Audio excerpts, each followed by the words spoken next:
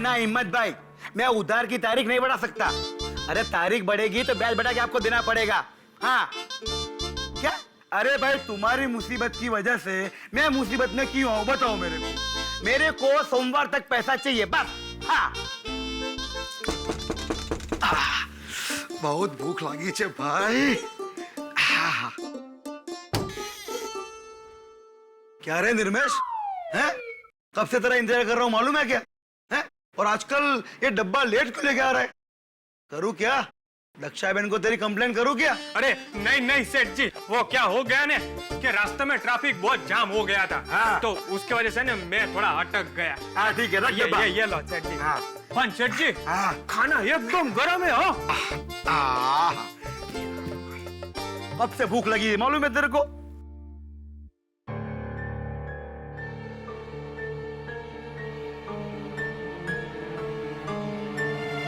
ए, क्या देख रहा है उधर? हैं? सेठ जी, वो क्या है ने कि दक्षा बहन ने है ने पिछले महीने के टिफिन के पैसे मंगाए। अरे तेरे को और दक्षा बहन को मेरे पे भरोसा नहीं है क्या? हैं? क्या मैं आज ही मरने वाला हूँ? हैं? रुक, देता हूँ। रुक, किधर खड़ा रहे?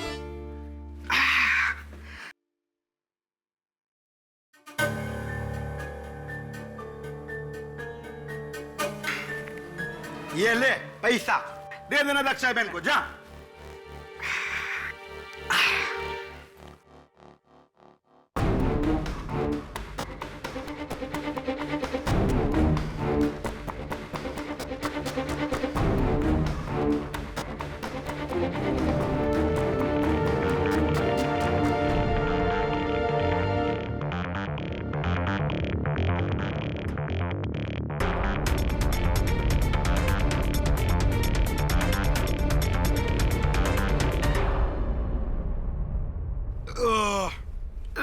भगवान राम।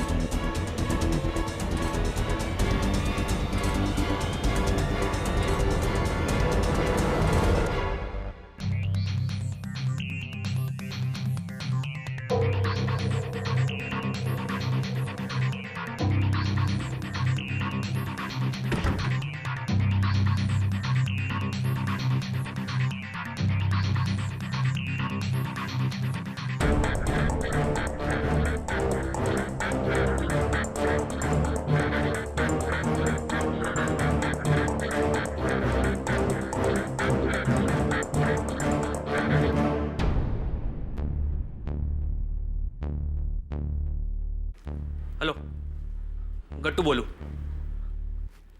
बेहोश हो गए? हाँ हाँ 100%। खाने ने अपना काम कर दिया है। हाँ रखता हूँ।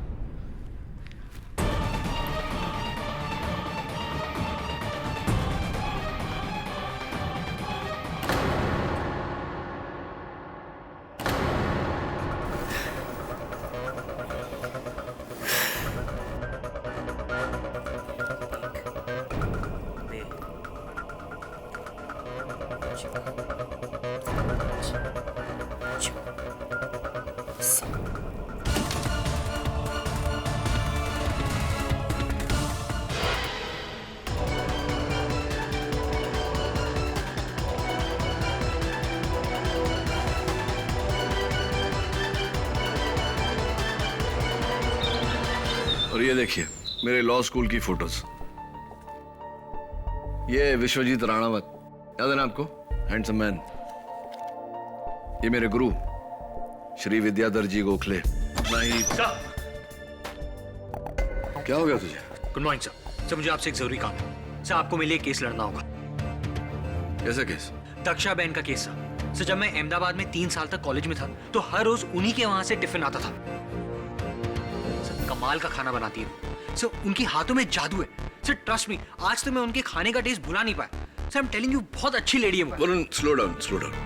खाने की छोड़ यार, दक्षा बहन के बारे में बता। सर दक्षा बहन को पुलिस ने गिरफ्तार कर लिया है चोरी के केस में।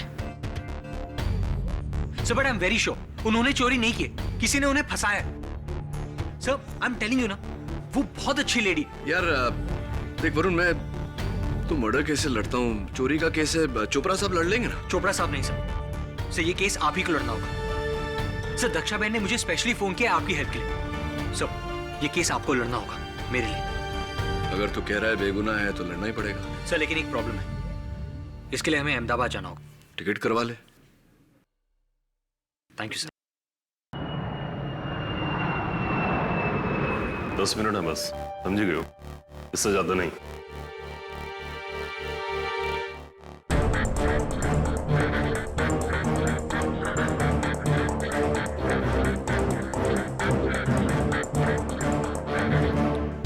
दक्षाबेन, जय श्री कृष्ण। मैं केडी पाठक। खेड़ी बहन, जय श्री कृष्ण। आपको कौन नहीं जानता, पूरे गुजरात में आपके नाम का डंका है। कभी सोचा नहीं था कि आपको इस तरह से सलाखों के पीछे मिलूंगी। आप चिंता मत करिए, यहाँ ज्यादा समय तक नहीं रहना पड़ेगा। बताइए उस दिन क्या हुआ था? योर ऑनर, हमारे अहमदाबाद में ही नहीं लेकिन पूरी दुनिया में ये कहावत है कि किसी भी इंसान के दिल का रास्ता उसके पेट से होकर गुजरता है, पर हमारी दक्षा बहन की ये कहावत है कि किसी भी इंसान की तिजोरी का रास्ता उसके पेट से होकर गुजरता है। 14 सितंबर दोपहर 1:30 बजे दक्षा बहन ने अपने क्लाइंट साहूकार खिमजी वोरा के यहाँ अपने टिफिन का डिब्बा भेजा। ये टिफिन का डिब्बा जिसमें तरह तरह के स्वादिष्ट पकवान थे, इतने टेस्टी, इतने अच्छे कि इंसान पकवान के साथ साथ अपनी उंगलियां भी चाट जाए और फिर बेहोश हो जाए, क्योंकि इसी दक्षा बहन ने उसमें बेहोशी की दवाई मिलाई हुई थी।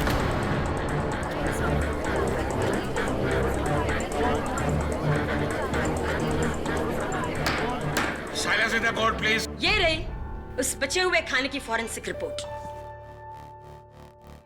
और उसी नशे में खिमजी बाई फौरन बेहोश हो गए।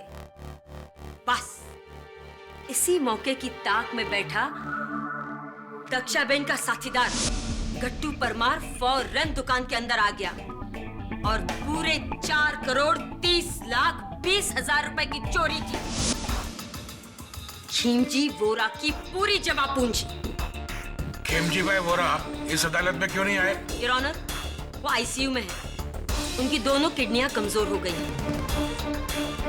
दक्षाबेन ने अपने खाने में जो सेडेटिव्स मिलाकर उन्हें दिए थे, उससे उनकी दोनों किडनियों को काफी नुकसान पहुंचा है। He is critical. जज साहब, मैं कुछ नहीं जानती, मुझे कुछ नहीं मालूम। 4 पुश्तों से हम खाना बनाकर लोगों का पेट भर रहे हैं। आज तक कभी किसी ने कोई शिकायत नहीं की। अपने अन्न पर गर्व है मुझे। और क्या आपको लगता है कि मैं अपने ही खाने में जहर या नशे की दवाई मिलाकर किसी को इस तरह से? नहीं जज साहब, इस तरह अपने अन्न का अपमान करके मैं किसी की हद नहीं, ये मेरे संस्कार नहीं है जज साहब। दक्षाबेन, आपके संस्कार क्या हैं, क्या नहीं है, भाई ये तो हम नहीं जानते। पर आप मेरा विश्वास कीजिए कि एक बात तो मैं अच्छे से जानती हूँ कि फिलहाल आप जो कुछ भी बोल रही हैं, वो सरासर झूठ बोल रही हैं। और रहा सवाल आपके संस्कारों का, ये तो हमारे गवाहों से पता हमें चल ही जाएगा, है ना? जज साहब, मेरा पहला गवाह है रंगे हाथों चोरी करते हुए पकड़ा गया चोर गट्टू परमार।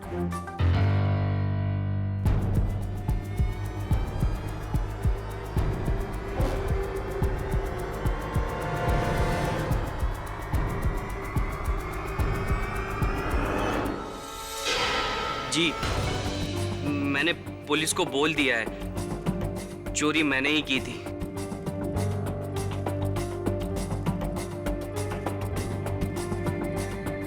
वाह गट्टू वाह, शाबाश। कहकर तुमने अदालत की बहुत बड़ी मदद की है, पर हमारी एक छोटी सी प्रॉब्लम और है, उसे भी सॉल्व कर दो। खिमजी बाई के घर से कुल 4,30,20,000 रुपए चोरी हुए थे, पर तुम्हारे घर से तो उसकी आधी रकम ही बरामद हुई है ना? बाकी नहीं। बाकी रकम मैंने उसको दी थी जिसने मुझे चोरी करने वहां भेजा था, मेरा भागीदार। तुम्हारा भागीदार है ना? कौन? दक्षा बेन।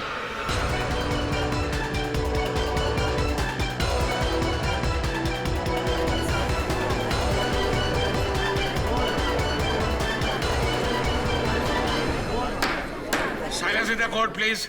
उन्होंने मुझे वहां बुलाया और बोला कि खिमजी भाई के ऑफिस में करोड़ों रुपए हैं।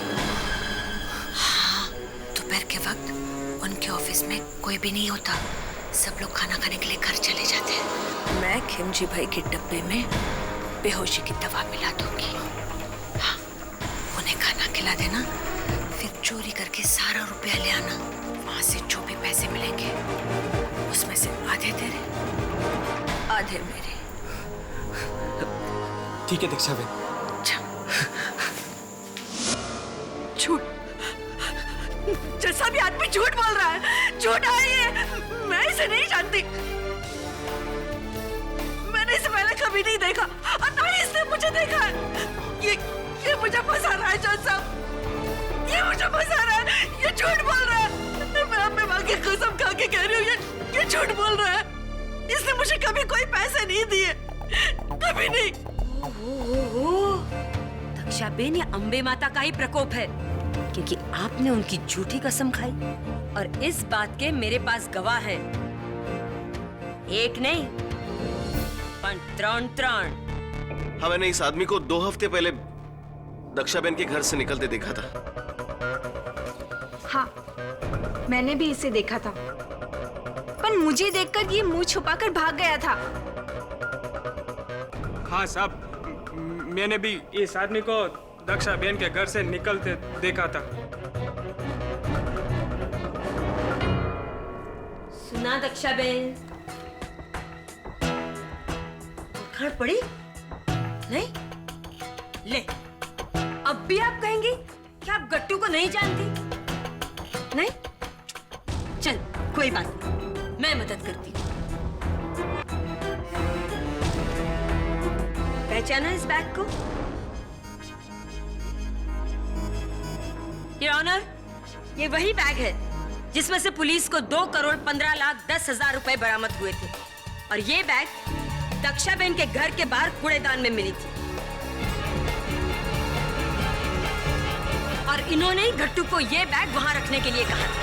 नहीं जज साहब, मैं कुछ नहीं जानती, मुझे नहीं मालूम ये पैसे वहां कैसे आए। ये मैंने कुछ नहीं कहा था, ये झूठ बोल रहे हैं, सब झूठ बोल रहे हैं जज साहब। तो फिर तुम्हारे खाने में तुम्हारे अलावा बेहोशी की दवा और कौन डाल सकता है? मिसेस कक्कर, बस इसी प्रश्न की प्रतीक्षा कर रहा था कि खिमजी बाई के टिफिन में दक्षाबेन के खाने में दक्षाबेन के अलावा और कौन बेहोशी की दवा मिला सकता है। योर ऑनर, दक्षाबेन अपने 4 पुश्तों की कमाई हुई प्रतिष्ठा और इज्जत चंद रुपयों के लिए दांव पर लगा दे, यह संभव नहीं है। बड़ी साफ बात है कि खिमजी बाई के टिफिन में बेहोशी की दवा दक्षाबेन ने नहीं, किसी और ने डाली थी। किसी और ने? I don't feel bad, लेकिन आप मुंबई वाले किसी भी नतीजे पर फौरन पहुंच जाते हैं।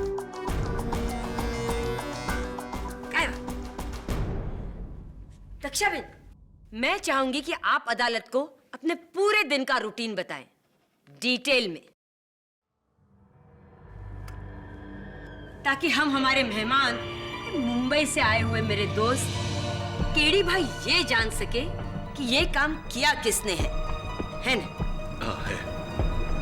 बोलिए। जी जैसा, मैं रोज सुबह 5 बजे उठ के स्नान करके भगवान की पूजा करके रसोई में जाती हूँ। फिर मैं दाल, अनाज और तरकारी साफ कर लेती हूँ, तब तक 6 बज जाते हैं। फिर 6 बजे हमारे महाराज आते हैं, जो पिछले 20 साल से मेरे साथ रसोई में काम कर रहे हैं। फिर हम दोनों मिलकर सारा खाना बना लेते हैं।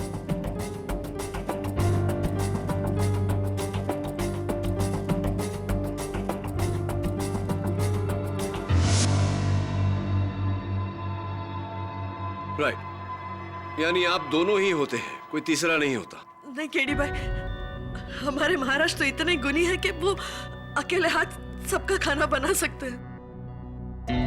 फिर 10 बजे तक सारा खाना बन जाता है, दाल, चावल, सब्जी और मीठा। फिर 10 बजे पवित्र आती है।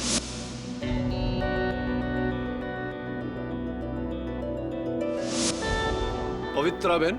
जी, पवित्र सारे डब्बे साफ करके मुझे देती है और फिर मैं उन डब्बों को चेक करके मैं, महाराज और पवित्र डब्बों में खाना भरते हैं।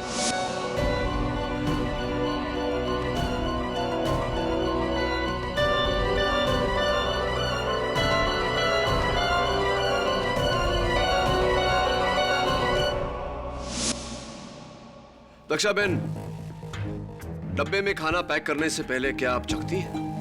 हाँ हाँ केडी भाई, हमेशा।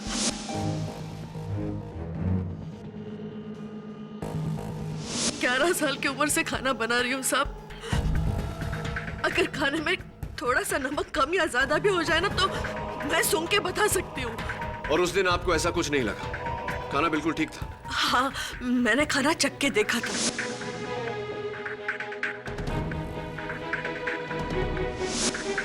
चलिए, खाना तैयार हो गया, डिब्बों में भर गया।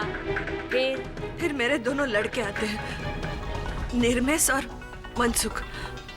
मेरा मतलब जो मेरे लिए रसोई में काम करते हैं। फिर ये दोनों अपने अपने लिस्ट के मुताबिक डब्बों को बांटने के लिए चले जाते हैं। मतलब ए से लेकर जेड तक, खाना बनाने की क्रिया से लेकर उसे डिब्बे में भरकर भेजने की क्रिया तक, हर काम आपकी नजर के सामने होता है ना? तो जब ये कार्य चलता है उस समय आप कहाँ होती? मैं वही रहती हूँ केडी भाई, मेरी नजर यहाँ से वहां जरा नहीं हटती। दक्षा बहन, खेमजी भाई को डब्बा किसने पहुंचाया था? जी, निर्मेश ने। अभी क्या बताओ साहब, मेरे सामने तो ना डब्बा पूरा टाइम बंद था। हाँ? क्योंकि मैंने तो डब्बा लिया ने, मैंने तो सीधा साइकिल पे टांगा ने, बिना किधर रुके मैं तो सीधा खेमजी भाई के ऑफिस पर पहुंच गया। क्या है ना कि उनका डब्बा पहला था ना, तो सब मैंने तो घंटी बजाया, डब्बा दिया, महीने के पैसे लिए ने, मैं तो निकल गया साहब।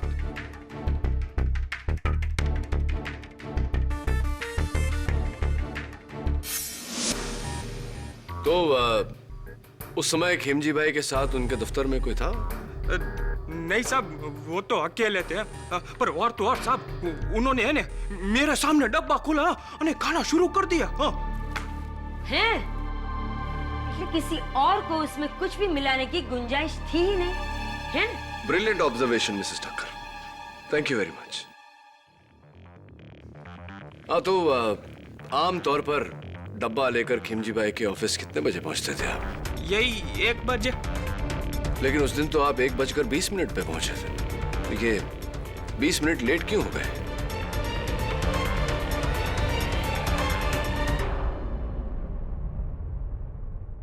नहीं साहब, ऐसा आपको किसने बोला है? जज साहब, मेरा नाम किशन भाई धारीवाल है और मैं भी खेमजी भाई की तरह एक साहूकार हूँ और मेरा दफ्तर और इनका दफ्तर आजू बाजू है। और ये लड़का उनको टिफिन देने के बाद मेरे को टिफिन देता था, लेकिन उस दिन ये 20 मिनट देरी से आया। चलिए निर्मेश, अब बता दीजिए कि 20 मिनट देरी क्यों हो गई आपको? अभी साहब क्या बताऊं मैं आपको? सच बताओ साहब। क्या है ना कि उस दिन में ऑलरेडी 20 मिनट लेट चल रहा था। आधे रास्ते में पहुंचाने मेरे को पता चला कि एक डब्बा कम थी है, तो सब मैंने क्या किया ना, मैंने साइकिल वापस घुमाई, डब्बा ढूंढने गया, लेकिन सब मेरे को डब्बा मिला नहीं।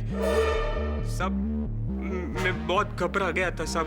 तो क्या है ना साहब कि अगर दक्षा बहन को पता चलता ना तो मेरे को बहुत डांट पड़ती साहब। फिर क्या किया तुमने? साहब फिर है ना मैंने मनसुख को फोन किया। क्या है ना साहब कि उस दिन ऑफिस में उसका एक ग्राहक नहीं आया था साहब, तो मैंने है ना उससे एक एक्स्ट्रा डब्बा मांगा और मनसुख ने ना साहब मेरे को चुपके से वो डब्बा दे दिया। तो ये गुमशुदा डब्बा कहानी है या बहाना उस डब्बे के खाने में जहर डालने के लिए?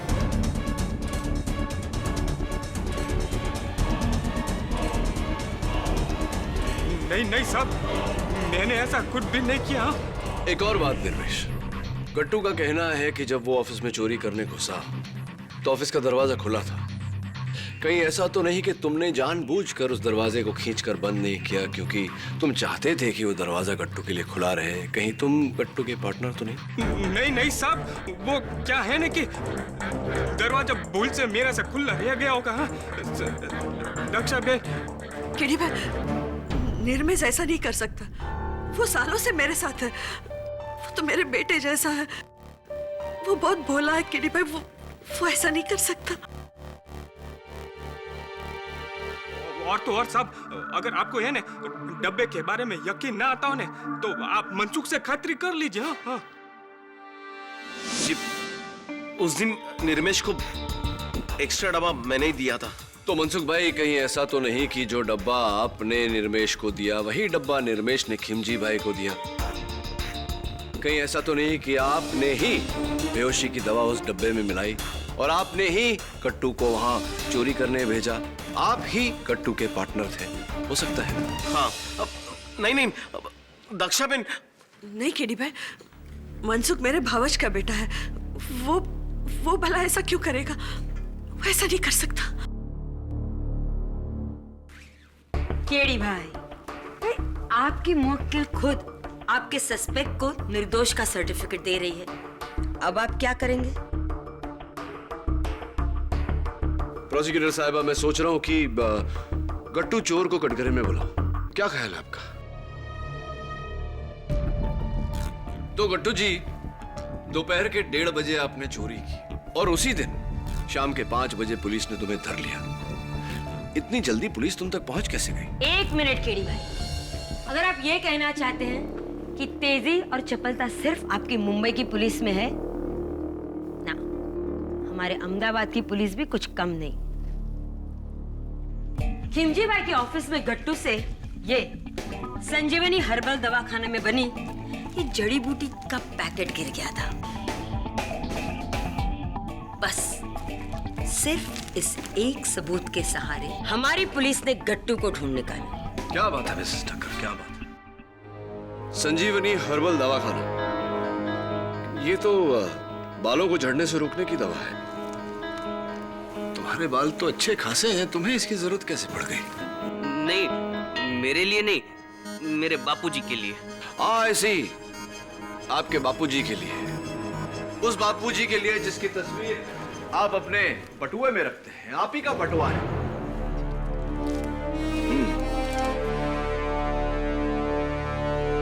बड़े हैंडसम है आपके बापूजी। तो मैं समझा नहीं, आपके सर पर इतने घने बाल हैं, आपके बापूजी के सर पर एक भी बाल नहीं, तो ये दवा किसके लिए थी? वो कहीं पुलिस के लिए तो नहीं थी? ताकि पुलिस उस दवा के पैकेट के जरिए दवाखाने तक पहुंचे और दवाखाने के जरिए आप ये कहना चाहते कि इसने जानबूझकर ये पूरी गिराई? जी जी। केडी भाई, ऐसा आपके मुंबई में होता होगा, हमारे अहमदाबाद में नहीं, है ना? एक बात बताइए प्रोसिक्यूटर साहिबा, अक्सर चोर चोरी करके भाग जाता है, फरार हो जाता है, तो फिर गट्टू ने ऐसा क्यों नहीं किया? वो अपने घर जाकर चोरी की रकम बिस्तर पर फैलाकर दरवाजे खिड़कियां खोलकर क्यों बैठा था? उसकी बेवकूफी थी या चालाकी, ताकि पुलिस तुम्हें पकड़े और तुम अदालत में दक्षा बहन के खिलाफ गवाही दो।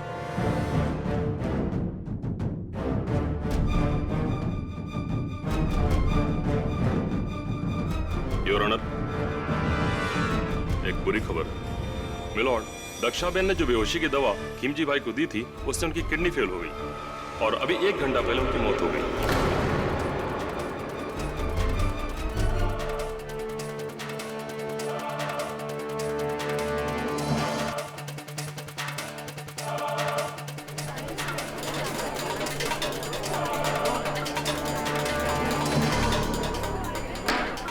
Silence in the court, please. Dakshaben, ये क्या कर दिया तुमने? कुछ पैसों के लिए आपने एक आदमी की हत्या कर दी। तो आप पर सिर्फ चोरी का इल्जाम था। आप एक खूनी है आप। जज साहब, खिमजी वोरा की हत्या के आरोप में दक्षाबेन को कड़ी से कड़ी सजा दी जाए। नहीं जज साहब, मैंने कुछ नहीं किया। केडी भाई, खिमजी भाई की दुखद मौत ने इस केस को बड़ा ही गंभीर मोड़ दिया है। जिस तरह के हालात दिख रहे हैं, मैं ये सोचने पर मजबूर हो गया हूँ कि क्या यह पूरा षड्यंत्र सिर्फ पैसों की चोरी के लिए किया गया था या खिमजी भाई की मौत के लिए। ये केस एक मर्डर केस बन चुका है। जब तक इस केस की पूरी तरह छानबीन ना हो, यह अदालत मुलतवी की जाती है।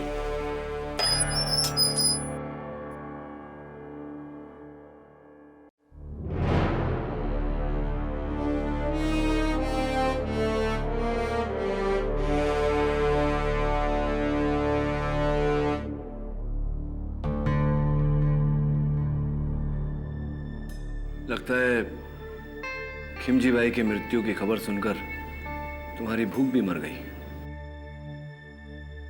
मैं जानता हूं कि तुम जानते हो दक्षाबेन सच बोल रही, यानी कि मैं जानता हूं कि तुम झूठ बोल रहे हो। ये नहीं जानता कि क्यों झूठ बोल रहे हो, क्यों दक्षाबेन को फंसा रहे हो, किसके कहने पर। योजना के अनुसार चोरी की आधी रकम तुमने दक्षाबेन के घर के बाहर कचरे के डिब्बे में डाला। उसके बाद अपने आप को पुलिस को पकड़वा दिया। उस खाने में बेहोशी की दवा भी तुम्ही में डाली थी। नहीं, तो किसने मिलाई थी? ये मैं आपको नहीं बता सकता। देखिए, मैं बहुत बुरी तरह फंस गया हूँ। मुझे नहीं पता था कि वो सेठ मर जाएगा। मुझे लगा कि मुझ पर चोरी का इल्जाम आ जाएगा और मैं उसकी दी हुई जमानत से छूट जाऊंगा। देखो गट्टू, मैं जानता हूं कि तुम बेगुनाह हो, इस कत्ल में तुम्हारा कोई हाथ नहीं, और अदालत में मैं तुम्हारी सजा कम भी करवा दूंगा। लेकिन तुम्हें अपने भागीदार का नाम बताना होगा। उसी की वजह से तो अब जज साहब ने मुझे फांसी की सजा दे देंगे। मुझे पूरा यकीन है कि तुम बेकसूर हो और तुम्हारी सजा मैं कम करवा दूंगा। लेकिन तुम्हें ये तो बताना पड़ेगा कि तुम्हारा भागीदार कौन है। ये क्या हो रहा है केडी भाई?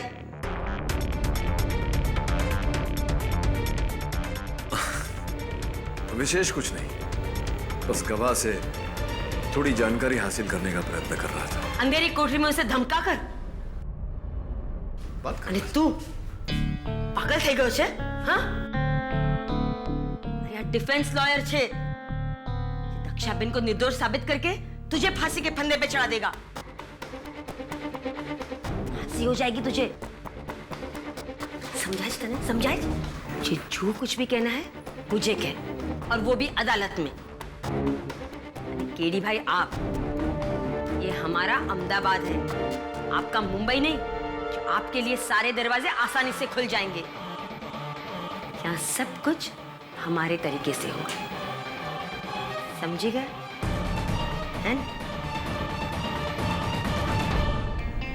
समझ गया। वैसे इसका जवाब मैं आपको दूंगा अदालत में।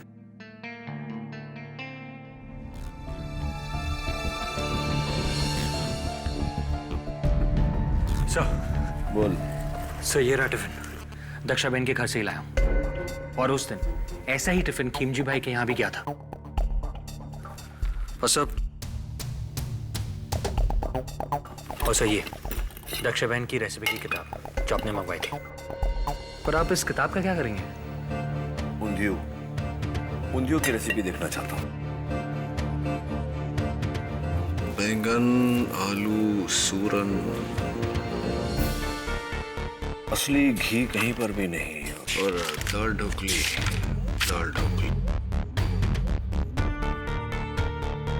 इसमें भी असली घी नहीं पड़ता। असली घी? हाँ, असली घी पर, क्योंकि फोरेंसिक्स के रिपोर्ट के अनुसार खिमजी भाई को जो डब्बा गया था उस खाने में असली घी के ट्रेसेस पाए गए। देखना यह है कि असली घी ऊंधियों में था या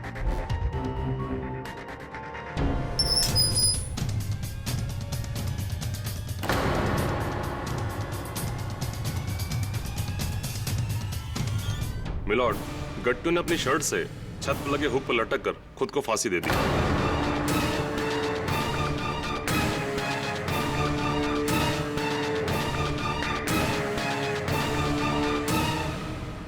गट्टू ने अपनी जान दी नहीं या ऑनर, बल्कि केडी पाठक ने उसकी जान ली है।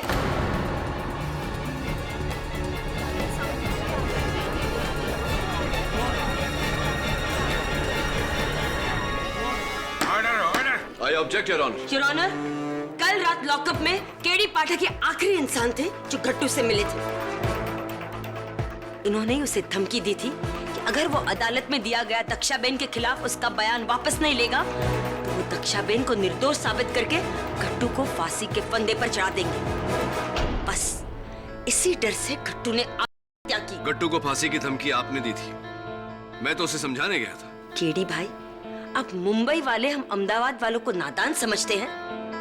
खूब जानती हूँ मैं डिफेंस के ये हथकंडे। मिस ठक्कर, आपके पास कोई सबूत है कि केडी पाठक ने गट्टू को फांसी की धमकी दी थी? योर ऑनर, सबूत की कोई जरूरत ही नहीं है, जबकि डिफेंस लॉयर देर रात तो तक। फिर मैं आपको हिदायत देता हूँ कि केडी पे इल्जाम लगाना बंद कीजिए और केस को आगे बढ़ाइए। जी your honour. Mister Pathak, please carry on. Thank you your honour.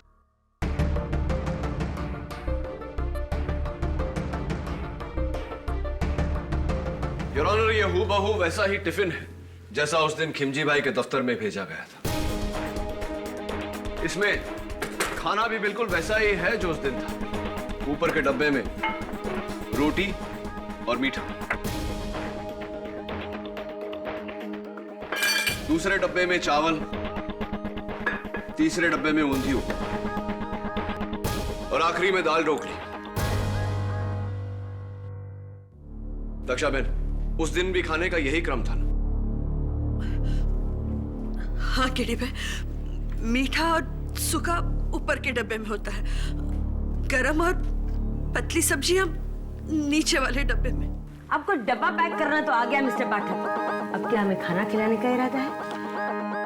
Your honour, forensics के मुताबिक बेहोशी की दवा आखिर के 3 डब्बों में पाई गई, यानी कि चावल में, ऊंधियों में और दाल ढोकली में। रोटी और मीठे में बेहोशी की दवा की कोई ट्रेसेस नहीं मिली। तो व्हाट्स द प्रॉब्लम? दक्षाबेन अच्छी तरह जानती थी कि खिमजी भाई को मारने के लिए कितनी दवा काफी है ना? दक्षाबेन, मुझे यह बताइए कि आप जब खाना बनाती हैं तो क्या उसमें असली घी का इस्तेमाल करती हैं? नहीं केडी भाई, असली घी सिर्फ रोटियां और मीठे में डलता है, बाकी के खानों में असली घी नहीं डालते। असली घी भारी होता है और सबकी सेहत के लिए ठीक भी नहीं होता। बाकी खाने में असली घी नहीं डलता योर ऑनर। अगर दक्षाबेन अपने खाने में असली घी नहीं डालती तो सोचने वाली बात यह है कि फोरेंसिक्स को उस खाने में से असली घी के ट्रेसेस कैसे मिले? असली घी? मैंने तो असली घी डाला ही नहीं था। मिलॉर्ड, डाला भी होता तो क्या फर्क पड़ता है, क्योंकि मौत असली घी से नहीं बेहोशी की दवा से हुई है। तो बेहोशी की दवा असली घी में मिलाई गई थी योर ऑनर।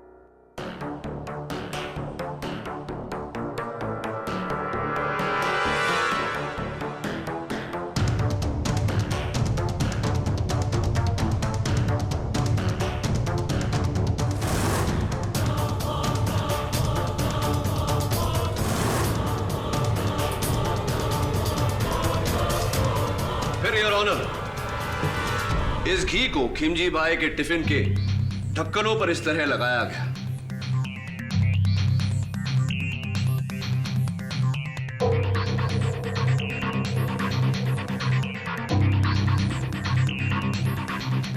और पैक किया गया। गरम खाना होने के कारण जैसे ही घी पिघला, उसमें डाली गई बेहोशी की दवा खाने में मिल गई। योर ऑनर, जाहिर सी बात है योर ऑनर कि मेरा शक उन लोगों पर जाएगा जिन्होंने डब्बा भरने में और बांधने में दक्षा बहन की मदद की। सबसे पहले मैं पवित्रा बहन को कटघरे में बुलाना चाहूंगा। आता मैं शू बोलो छो, आप ये क्या कह रहे हैं साहब?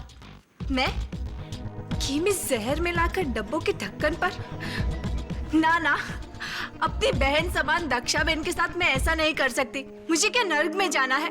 दक्षा बहन, मैंने ऐसा कुछ नहीं किया, मैंने ऐसा कुछ नहीं किया। केडी भाई, पवित्रा ऐसा नहीं कर सकती। वो बहुत भोली है।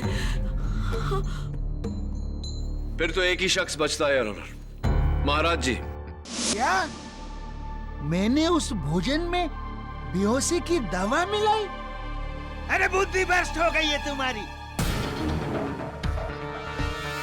मैं पूछ रहा था आपसे। एक बात कान खोलकर सुन लो, अपने भोजन से किसी की जान लेने से पहले मैं अपनी जान ले लूंगा। शांत शांत થઈ જાઓ महाराज। मुंबई वालों जी, आई होप आप समझ गए केडी भाई। शांत हो जाइए महाराज। केडी भाई आपको नहीं जानते ना, इसलिए उन्होंने।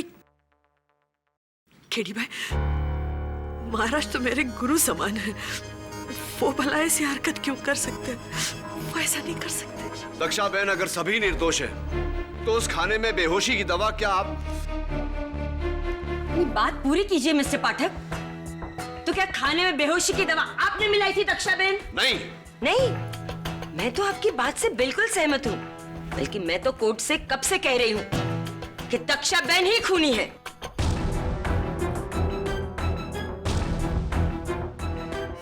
मिस्टर पाठक, आपने जो डब्बे के ढक्कनों पर लगे घी की दलील दी है, उससे काफी हद तक मैं सहमत हूँ। इस डब्बे को फोरेंसिक भेजा जाए और ढक्कनों की पूरी तरह जांच की जाए। लेकिन केडी, गट्टू की मौत के बाद तुम्हारे लिए मुश्किल हो गया है ये साबित करना कि दक्षाबेन के अलावा कोई दूसरा उसका भागीदार था।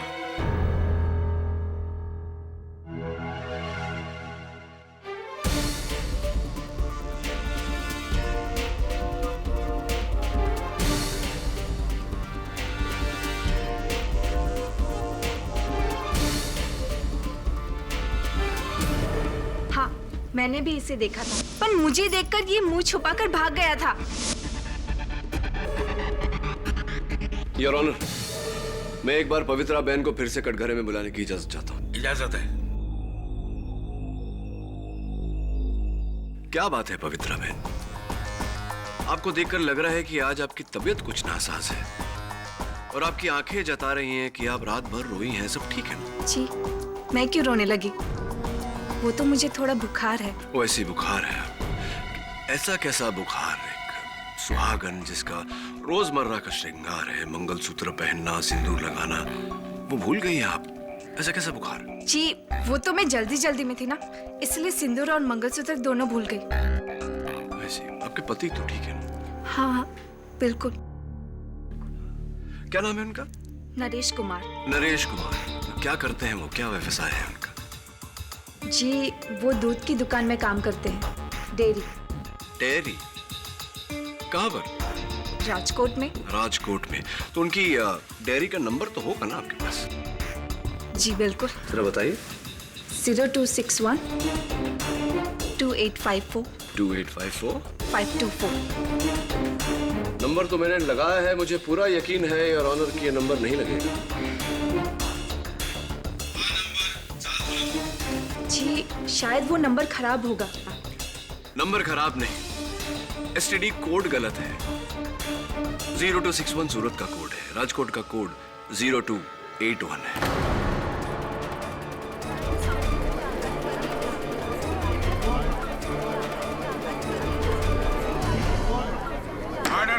जरा आप अपने हाथ बताइए, कलाई बताइए।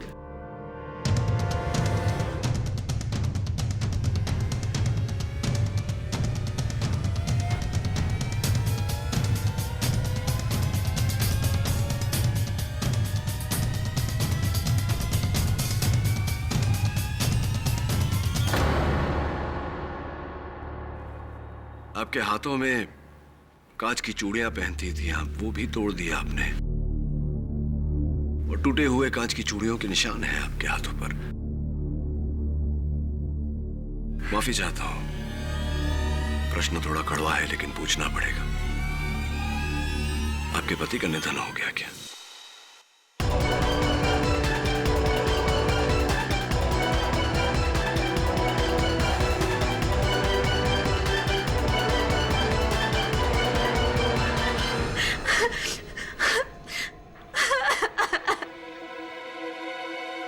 यही दंड है मेरा कि मैं अपने पति की मौत पे खुल के रो भी नहीं सकती। लेकिन वो मरा, मेरी वजह से वो मरा। हाँ, मेरी वजह से वो मरा, क्योंकि मैंने उससे कहा था कीमजी भाई के ऑफिस जाकर चोरी करने के लिए।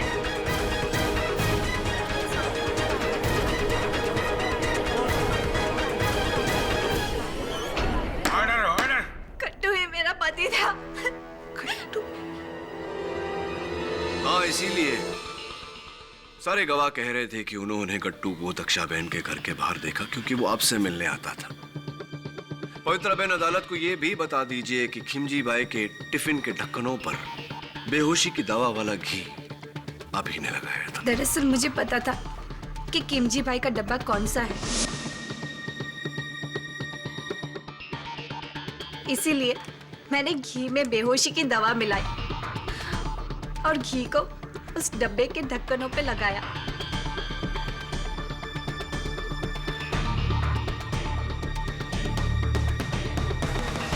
और फिर मैंने अपने गट्टू को कहा कि वहां जाकर चोरी करे।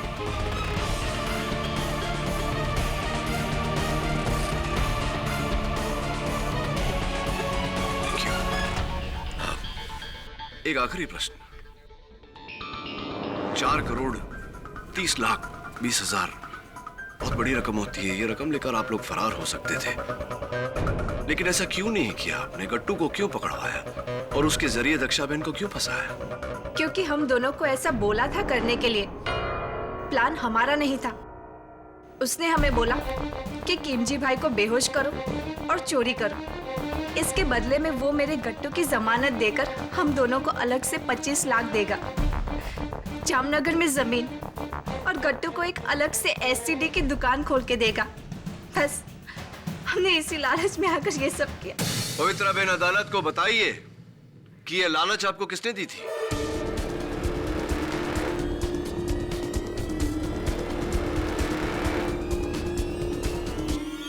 किशन भाई धारीवाल ने।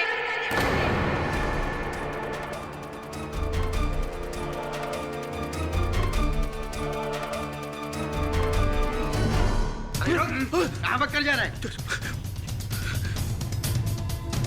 जज साहब, खेमजी भाई की वजह से मेरी साहूकारी का धंधा चौपट हो रहा था और उन्होंने मेरे सारे ग्राहकों को हथिया लिया था।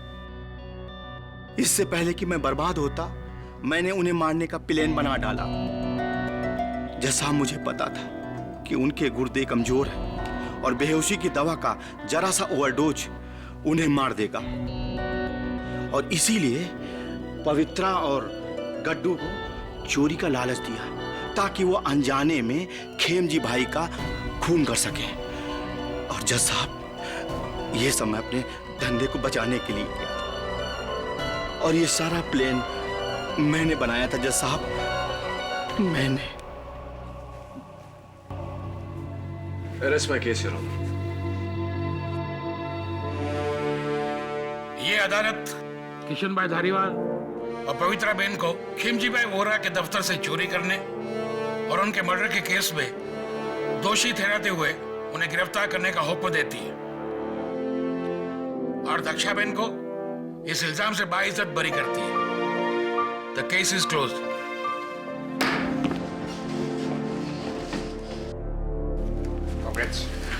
दक्षा बहन, मैंने कहा था ना आपसे, आपको कुछ नहीं होगा। भगवान तारू भलो करे। धन्यवाद बेटा। अरे धन्यवाद मुझे नहीं, इन्हें कहिए। खेड़ी भाई धन्यवाद। अरे अरे छोड़ के आ जाओ। चल। जय श्री कृष्ण। जय श्री कृष्ण।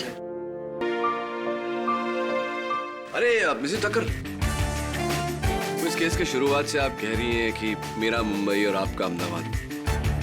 वैसे अहमदाबाद जितना आपका है उतना मेरा, और जितना मेरा मुंबई है उतना आपका। और इस केस में अगर हमारा कुछ है तो वो है हमारा हिंदुस्तान। बोलिए जय हिंद। जय हिंद। बोलिए जय Hind. For more updates, subscribe to our channel, click the show links and enjoy watching the videos.